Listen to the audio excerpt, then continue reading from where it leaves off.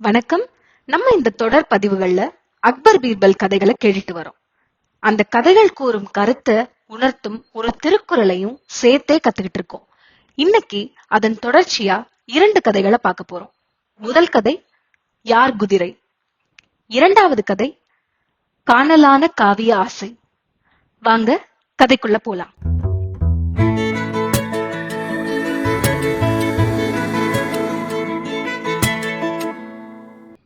யார் குதிரை. அக்பரின் அமைச்சராக இருந்த மதியூகி பீர்பலின் புகழ் அண்டை நாடுகளிலும் பரவியது. அவருடைய அறிவாற்றல் பற்றி மணிப்புர மன்னன் மங்கள சிம்மனும் கேள்விப்பட்டான். அந்த மாமேதையை காணவும் அவரது திறமையை சோதிக்கவும் விரும்பினான். மங்கள சிம்மன் ஒரு நாள் யாருக்கும் தெரியாமல் மாறு வேடத்தில் குதிரையிலேறி ஆக்ரா நகரை நோக்கி புறப்பட்டான். செல்லும் வழியில் கடும் வெயிலில் ஒருவன் நடந்து வந்து கொண்டிருந்தான். அவனது பரிதாப நிலையை கண்ட மங்கள சிம்மனின் மனம் பதைபதைத்தது. அந்த வழிப்போக்கரை பார்த்து, ஐயா, கடுமையான வெயிலில் எங்கே நடந்து செல்கிறீர்கள் என்று கேட்டான். அதற்கு அவர், ஐயா, பொழுது சாய்வதற்குள் ஆக்ரா நகரத்தை அடைந்து விட வேண்டும். அதற்காகத்தான் இந்த கடும் வெயிலிலும் நடக்கிறேன். வேறென்ன செய்வது என்று பதிலளித்தார். மனமிறங்கிய மங்கள சிம்மன், ஐயோ பாவம், தங்கள் கால்கள் கொப்பளித்துள்ளன. எனது குதிரையில் தாங்கள் ஏறிக்கொள்ளுங்கள், நான் நடந்து வருகிறேன் என்றான். அவன் கீழே இறங்கிக் கொண்டு வழிப்போக்கனை குதிரையில் ஏறச் செய்தான். இருவரும் ஆக்ராவிற்குள் நுழைந்தனர். குதிரையில் ஏறி இருந்த வழிப்போக்கன் இறங்காமல், ஐயா, எனக்கு வழிகாட்டி கூட்டி வந்ததற்கு மிக்க நன்றி. இனி நீங்கள் செல்லலாம் என்றான். நண்பனே, நீ என் குதிரையை விட்டு இறங்கினால் அல்லவா நான் செல்ல முடியும் என்றான் மங்கள சிம்மன். நான் ஏன் இறங்க வேண்டும்? இது என்னுடைய குதிரை. நீ என்னை தொடர்ந்து வரும்போதே ஒரு கொள்ளைக்காரன் என்று சந்தேகப்பட்டேன். அதன்படியே உன்னுடைய மோசடி வேலையை காட்டிவிட்டாய் என்று வழிப்போக்கன் பெரும் கூச்சல் போட ஆரம்பித்து விட்டான். கூச்சல் கேட்டு மக்கள் கூடிவிட்டனர். மன்னன் மங்கள சிம்மன் தன்னை யார் என்று காட்டிக் கொள்ளவில்லை. வழிப்போக்கன் தன்னை மோசடி செய்து விட்டதாக பொதுமக்களிடம் கூறினான். ஆனால் இது தன் குதிரை என்று வழிப்போக்கன் சாதித்தான். அங்கிருந்தவர்களால் இந்த வழக்கை தீர்க்க முடியவில்லை. வழக்கு பீர்பலிடம் சென்றது. மங்கள சிம்மன் தான் காண நினைத்திருந்த பீர்பலை சந்திக்கும் வாய்ப்பு எதிர்பாராமல் கிடைத்ததைக் கண்டு பெருவகை அடைந்தான். வழிப்போக்கனும் மங்கள சிம்மனும் பீர்பலிடம் சென்றனர். இருவரும் குதிரைக்கு உரிமை கொண்டாடினர். சிறிது நேரம் சிந்தித்த பீர்பல், குதிரையை இங்கே விட்டுவிட்டு செல்லுங்கள், நாளை வாருங்கள், தீர்ப்பு கூறுகிறேன் என்று கூறி அனுப்பினார். அவர்கள் இருவரும் சிறிது தூரம் சென்ற பிறகு ஒரு காவலனை பீர்பல் அழைத்தார். வழக்காளிகள் இருவருக்கும் தெரியாமல் குதிரையை அவர்களுக்கு பின்னால் கொண்டு போய் குதிரை யாரை பின்தொடர்கிறது என்று கவனிக்கச் சொன்னார். சற்று நேரம் கழிந்தது. குதிரையுடன் திரும்பிய காவலாளி அவர்கள் இருவரும் வெவ்வேறு பாதையில் திரும்பும் பொழுது மங்கள சிம்மன் சென்ற பாதையில் குதிரை பின்தொடர ஆரம்பித்தது என்று பீர்பலிடம் தெரிவித்தான். மறுநாள் மங்கள சிம்மனும் வழிப்போக்கனும் பீர்பலிடம் வந்தனர். அப்போது, உங்கள் குதிரை லாயத்திற்குள் கட்டப்பட்டுள்ளது. குதிரைக்குரியவர் அதனை அடையாளம் கண்டு அவிழ்த்து செல்லலாம் என்றார் பீர்பல். இருவரும் லாயத்திற்குள் சென்றனர். அங்கே கட்டப்பட்டிருந்த 10 குதிரைகளும் ஒரே உயரத்தில், ஒரே நிறத்தில் ஒன்று போல் காட்சியளித்தன. இவற்றை கண்ணுற்ற வழிப்போக்கன் மிரண்டு திருதிருவென்று விழித்தான். அவனுக்கு பிடிபடவில்லை. மிகுந்த குழப்பமும் பீதியும் அடைந்தான்.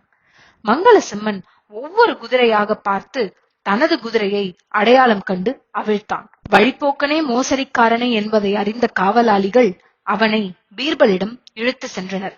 அவன் செய்த குற்றத்திற்காக அவனுக்கு சிறை தண்டனையும் வழங்கப்பட்டது. மங்கள சிம்மனோ, நான் மாறுவேடத்தில் வந்தது நல்லதாக போய்விட்டது.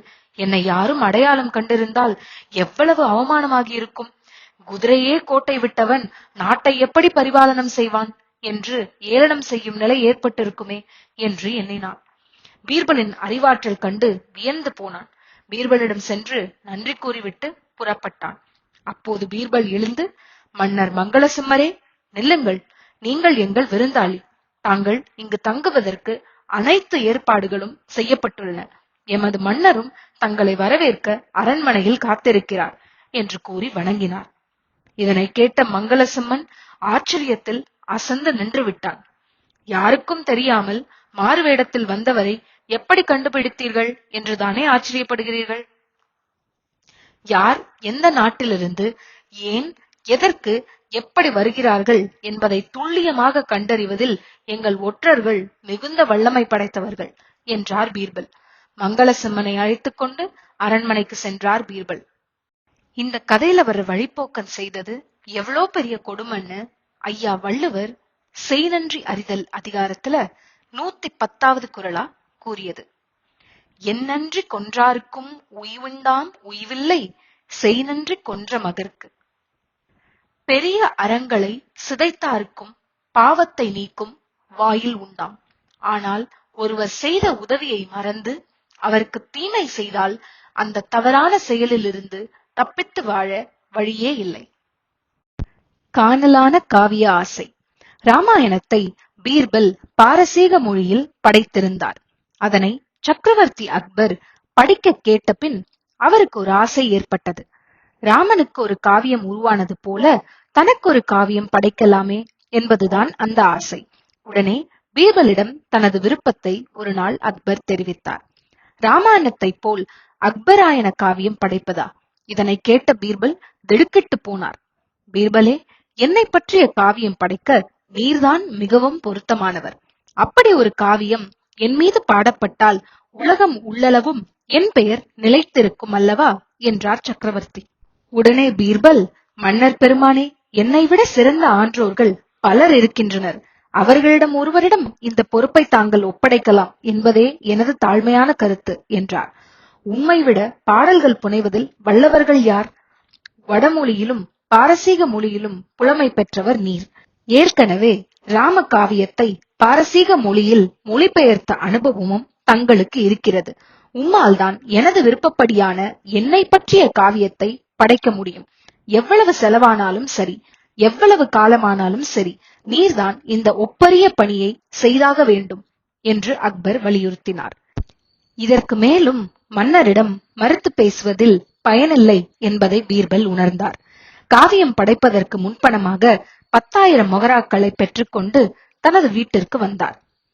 தான் அரண்மனையில் பெற்று வந்த பணத்தை பல தர்ம காரியங்களுக்கு பீர்பல் செலவழித்தார். 2 மாதங்கள் கழித்து ஒரு நாள் ஏடுகள் சிலவற்றை ஒரு மூட்டையில் கட்டிக்கொண்டு அரண்மனைக்கு வந்தார். அவரை கண்டதும் சக்கரவர்த்தி அக்பர், பீர்பாலே, என்னை பற்றிய காவியத்தை எழுதி முடித்து விட்டீரா என்று கேட்டார். மன்னர் பெருமாளே, பாதியில் நிற்கிறது. எனக்கு சில ஐயப்பாடுகள் வந்துவிட்டதால் எழுதுவதை நிறுத்திவிட்டு வந்தேன் என்றார் பீர்பல். அப்படி என்ன சந்தேகம் என்று கேட்டார் அக்பர். ராமாயணம் போல் தங்களை பற்றிய காவியம் படைக்க வேண்டும் என்றீர்கள். ராமாயணத்தில் சீதா பிராட்டி கதை தலைவியாக இருக்கிறார். தங்கள் காவியத்தில் கதை தலைவியாராக யாரை ஆக்குவது என்று சந்தேகம் வந்துவிட்டது. அதனால்தான் தங்களை கண்டு பேச வந்தேன் என்றார் பீர்பல். அக்பருக்கும் இந்த பிரச்சனை குழப்பமாகவே இருந்தது. அவருடைய மனைவிகளில் யாரை காவிய தலைவியாக ஆக்குவது என்பது அவருக்கும் புரியவில்லை. சிறிது நேரம் சிந்தித்த அக்பர், பெரிய ராணியாரையே கதை தலைவியாக ஆக்கிவிடும், சீக்கிரம் காவியத்தை முடித்து கொண்டு வாரும் என்று பீர்பலிடம் தெரிவித்தார். சரி என்று கூறி விடைபெற்ற பீர்பல் நேராக அந்தப்புறம் சென்று பெரிய ராணியாரை சந்தித்தார். அவரை கண்ட பெரிய ராணியார் நீண்ட நாட்களாக பீர்பல் அரண்மனைக்கு வராத காரணத்தை கேட்டார். மகாராணியாரே, நமது சக்கரவர்த்தி தன்னை பற்றி ராமாயணம் போல் ஒரு காவியம் படைக்கும் மிகப்பெரிய பொறுப்பை ஒப்படைத்து விட்டார். அதனால்தான் 2 மாதங்களாக அரண்மனை பக்கம் வர இயலவில்லை என்று பீர்பல் பணிவாக தெரிவித்தார். மேலும் ராமாயணம் போலவே இக்காவியம் மிகச் சிறப்பாக அமைய வேண்டும் என்று மாமன்னர் கூறிவிட்டார். அதை எப்படி எழுதி முடிப்பது என்பதே எனக்கு கவலையாக இருக்கிறது என்றார் பீர்பல். இதில் கவலைப்பட என்ன இருக்கிறது என்றார் மகாராணியார். மகாராணியாரே, நான் சொல்வதை தவறாக எண்ணிவிடக் கூடாது. நான் எழுதும் காவியத்தில் காவிய தலைவராக சக்கரவர்த்தி அவர்களை எழுதியிருக்கிறேன். காவிய நாயகியாக தங்களை பேரரசர் தெரிவித்துள்ளார். ராமாயணத்தில் கதை தலைவி சீதை வனவாசம் சென்றார். ராவணனால் சிறைப்பிடிக்கப்பட்டு பெருந்துன்பத்திற்கு உள்ளானார். அதுபோல் தாங்களும் பல துன்பங்களை அனுபவித்ததாக எழுதினால்தான் காவியமாக அது அமையும் என்றார் பீர்பல்.